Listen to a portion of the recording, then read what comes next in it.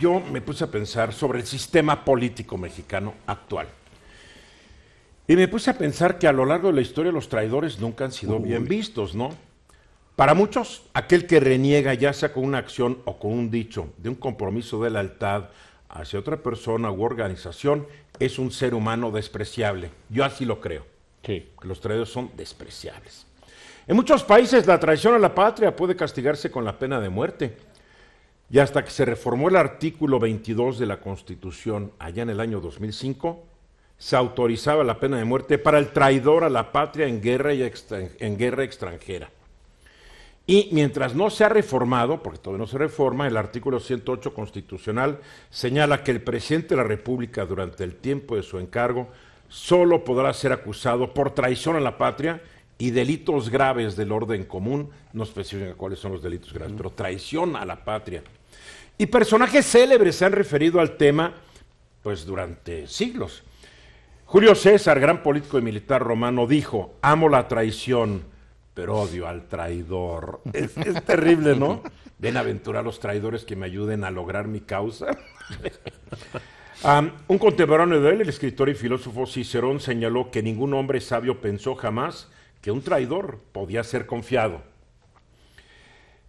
Casi 450 años antes que ellos, el dramaturgo griego Esquilo escribió: aprendí a odiar a todos los traidores, y no hay ninguna enfermedad que pueda escupir más que la traición.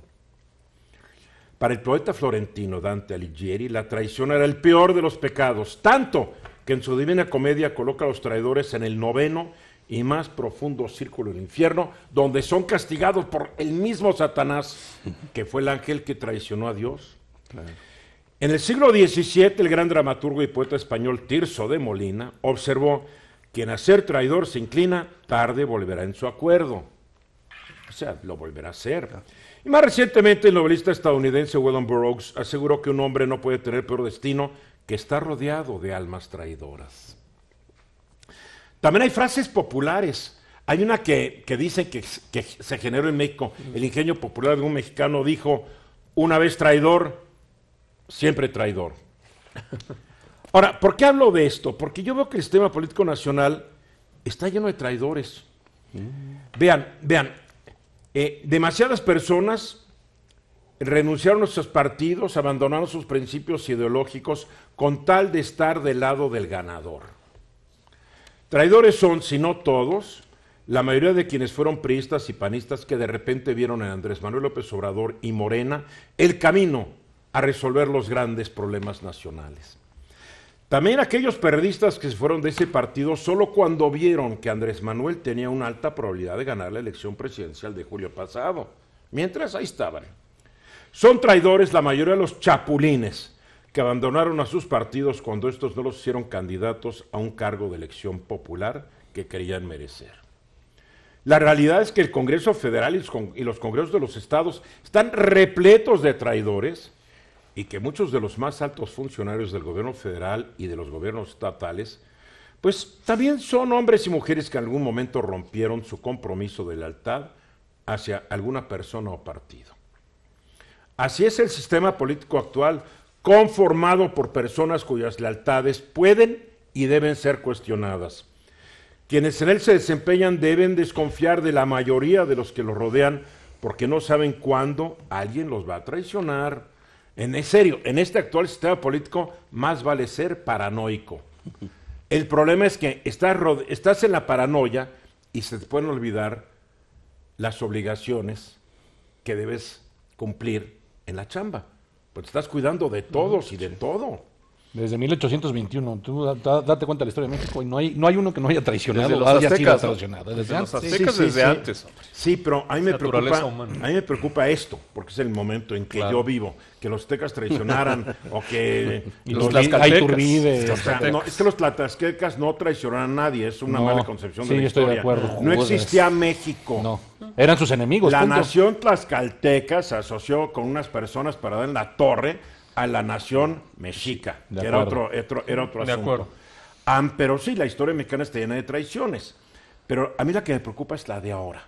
Cuando yo veo el Congreso y empiezo a checar expriista, expanista, o sea, la mayoría de los morenistas Muchos eran priistas, panistas o perredistas, que entiendo a los que se fueron con Andrés Manuel López Obrador cuando fue a fundar Morena. El mismo Andrés Manuel López Obrador fue priista. O sea, y después perredista. Entonces dices, y lo que me preocupa es, ¿dónde están los principios? ¿Dónde está esa congruencia que como ser humano debes tener hacia algo y hacia alguien? Pues ahí tienes al Partido Verde, ¿no? Ahora el Partido Verde está bien acomodado con Morena. Pues no del todo, porque la juegan dependiendo de cómo les convenga o no. Yo entiendo que la política es una actividad de conveniencias, lo entiendo. Yo entiendo que la búsqueda del poder no respeta reglas y es un oficio rudo, vamos a decir, la política, desde siempre. Pero en este país, la verdad es que brincar de un lugar a otro, de acuerdo a tu conveniencia. A mí no, yo nunca me la tragué que Cuauhtémoc Cárdenas buscaba la democracia en este país. Porque mientras le convino, aceptó ser senador, subsecretario, gobernador, y siempre ateniéndose a las reglas del PRI, que era el dedazo. Y hay que preguntarle a los michoacanos qué recuerdo tienen de Cuauhtémoc Cárdenas como gobernador. Pues no lo sé, pero pregúntales tú. Pero lo que sí te puedo decir... Tiene un buen recuerdo, y te lo voy a decir por qué. Porque fue un gobernador muy populista. Él llegaba a un pueblo y decía, señores, se murió mi burro. Un burro para el señor. Oiga, señores, que yo quiero ser costurera. Una máquina de coser para la señora.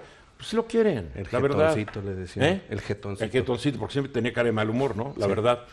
Pero el problema es que él se fue porque él quería ser candidato a la presidencia y no se le hizo.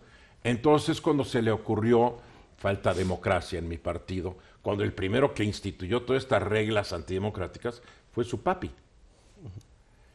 Y todos los que yo conozco que se fueron del PRI es porque no fueron candidatos a gobernador, muchos de ellos, o a presidente municipal, o a diputados. Y entiendo que se fueron, que su carrera es primero, pero aquí fue con un colmo de cinismo total. Además, ¿cuántos gobernadores han llegado con otra bandera y en cuanto se sientan, retoman la bandera que habían dejado? Ahí tienes a Maloba, por ejemplo. ¿No? En Sinaloa, que llegó Manova, sí, bien, muera el PRI, y se rodeó de puros priistas. Así pasa, digo, no nos hagamos. Pero en la política, no sé si en toda la política, pero en la mexicana, pues como que juegan con un contexto, pues, raro, ¿no? Es decir, se tienen que adaptar a los contextos cada uno de los políticos. ¿Qué es un contexto? A ver, yo, por ejemplo, como hace unos años ser priista no era mal visto. Hace unos años. Después perredista no. Ahora... Bueno, es que antes ser priista no, porque era el partido único. Es como antes ser católico, era bien visto porque si no te quemaban el leña verde. Pues entonces es que por eso ya nació el Primor. Sí. Ya, esta alianza ya fue el PRIAN y todo eso. Mire, pero bien. La verdad, sí, yo entiendo que cuando hay un monopolio del poder, tarde o temprano se va a escindir ese monopolio y va a haber nuevos. Yo entiendo que cuando se va Cuauhtémoc, que el PRI era el monopolio del poder, que cuando se va López Obrador, el PRI era el monopolio del poder. Pero también entiendo que había otras personas que nunca militaron en el PRI. Gente de verdadera izquierda que nunca estuvo en el PRI. Yo te puedo decir, el gobernador de Chiapas, Rutilio Escandón, nunca fue priista. Siempre fue de izquierda. Entonces, para él fue una evolución natural estar en PRD y Morena. Pero los priistas que fueron priistas, que defendían al PRI, que cantaban loas por el presidente priista en turno, decían viva la Revolución Mexicana, de repente encontraron otra religión, o panistas como Gabriela Cuevas. Muñoz Ledo, que pasó por todos, ¿no? Desde hasta secretario del Trabajo fue. Muñoz Ledo fue secretario del Trabajo, secretario de Educación Pública y presidente nacional del PRI. Tú no te acuerdas. No, y la pregunta es, cantaba las loas del presidente. ¿A dónde lleva la traición? ¿A dónde lleva la traición? ¿A dónde lleva el cambio de no tener una ideología, de no ser fiel a un partido, de no ser fiel a un proyecto? Es que mira, tú estás viendo la crisis del Partido Republicano en Estados Unidos. ¿Cuál es la crisis republicana? Que el Partido Republicano, que es el partido de Abraham Lincoln, ahora es el partido de los racistas, de los supremacistas blancos, pues perdió su esencia el partido. Todo juega en un contexto histórico. Entonces hay que preocuparnos y hay que exigir mayor congruencia a los políticos.